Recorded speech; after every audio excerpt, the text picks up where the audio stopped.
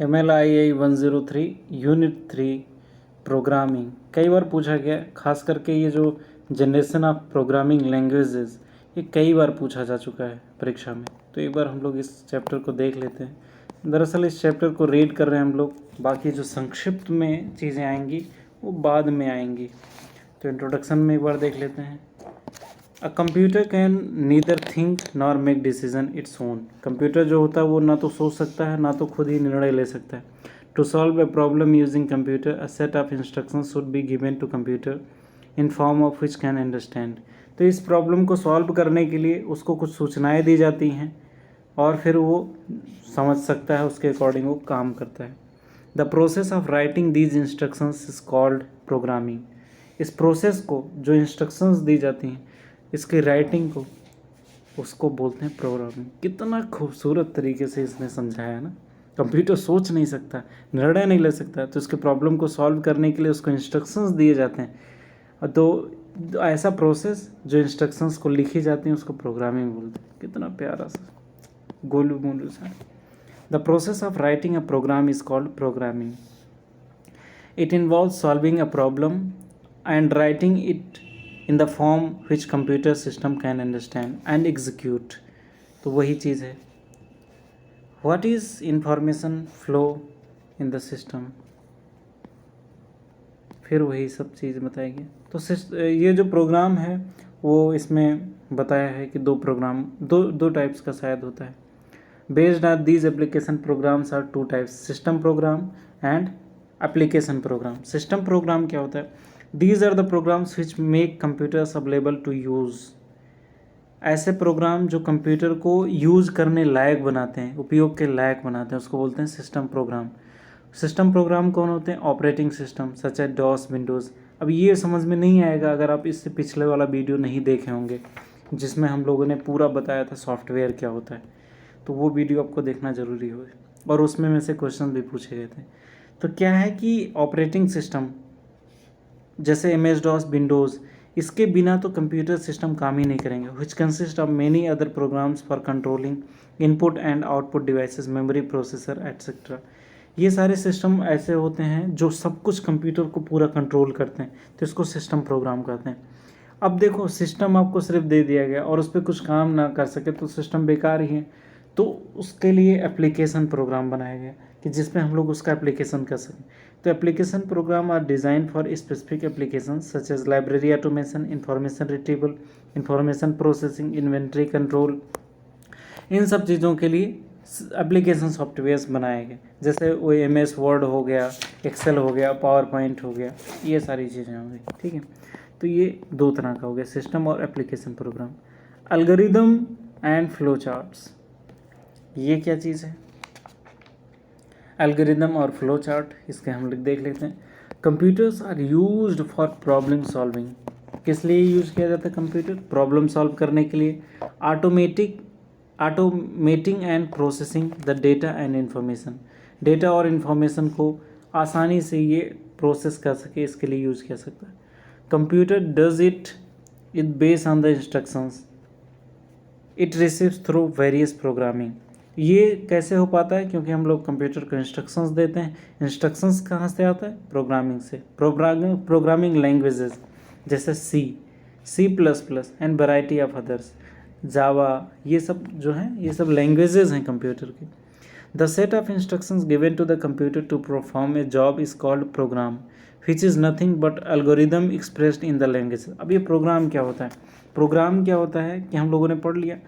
अब ये कुछ और नहीं होता है बल्कि एल्गोरिदम्स होते हैं।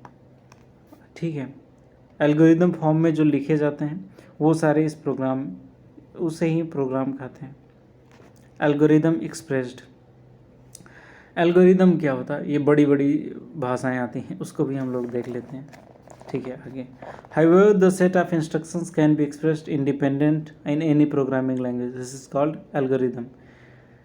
These are many definitions of algorithm. According to Dromi, algorithm consists a set of explicit and unambiguous finite steps which, even carried out for given set initial conditions, produce and corresponding output and terminate in the finite time. इसके लिए मैं बोलना चाहता हूँ, अरे कहना क्या चाहते हो। इसमें दरअसल एल्गोरिदम क्या होता है कि कोई भी जो हम लोग प्रोग्राम, कोई भी लैंग्वेज, देखो कोई भी लैंग्वेज हम लोग बनाते हैं तो उसमें वर्ड्स लिखते हैं, ठीक है, जैसे ये जो वर्ड्स लिखे गए हैं ढेर सारे, ऐसे ही जब हम लोग कंप्यूटर की भाषा बनाते हैं तो उसमें भी ढेर सारे कोडिंग करते हैं, ढेर सारे कोड्स लिखते हैं। वो सारे कोड्स का जो कलेक्शन होता है वो कंप्यूटर को ऑपरेट करता है और वो सारे इनपुट आउटपुट हर चीज़ को कंडक्ट कराता है प्रोग्रामिंग के द्वारा। तो फिर ये सारी चीज़ें जो कोडिंग होती है, ये सारी चीज़ें ही एल्गोरिदम कहलाती हैं, ठीक है, सिंपल सी चीज़। In this previous section we discussed about algorithm process of looking for the meaning of word from dictionary to obtain solution program through the computer usually we have provide. Algorithms are written in unique language and style. ये देखो यहाँ पे लिख करके इन लोगों ने बताया गया। The way of language is used, written algorithm is represented. A natural language like English can be used in write algorithms. Let the take, ये दरअसल गिनती के रूप में ज़्यादातर एल्गोरिज्म यूज़ किए जाते हैं। जैसे n को अगर लिखना हो तो वो 4 हो सकता है, 1 2 + 3 + 4, इस तरीके से लिखा जाएगा एल्गोरिदम। तो ये 0 और 1 भी काउंट किए जाते हैं। बाइनरी नंबर और ये सब नंबर्स आपने सुना होगा, बाइनरी वगैरह, हेक्सा, तो ये सब इसमें यूज़ किया जाता है। देखो इसमें एक वर्ड यूज़ किया गया, सूडो कोड। ये क्या बोला है?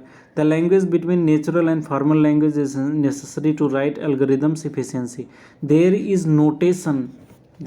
Notation called pseudo code which is most commonly used to write algorithm।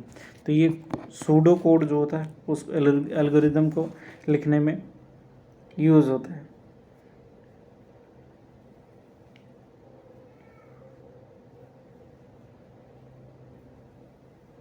इसको एक बार थोड़ा सा हम लोग देख लेते हैं क्या चीज़ है।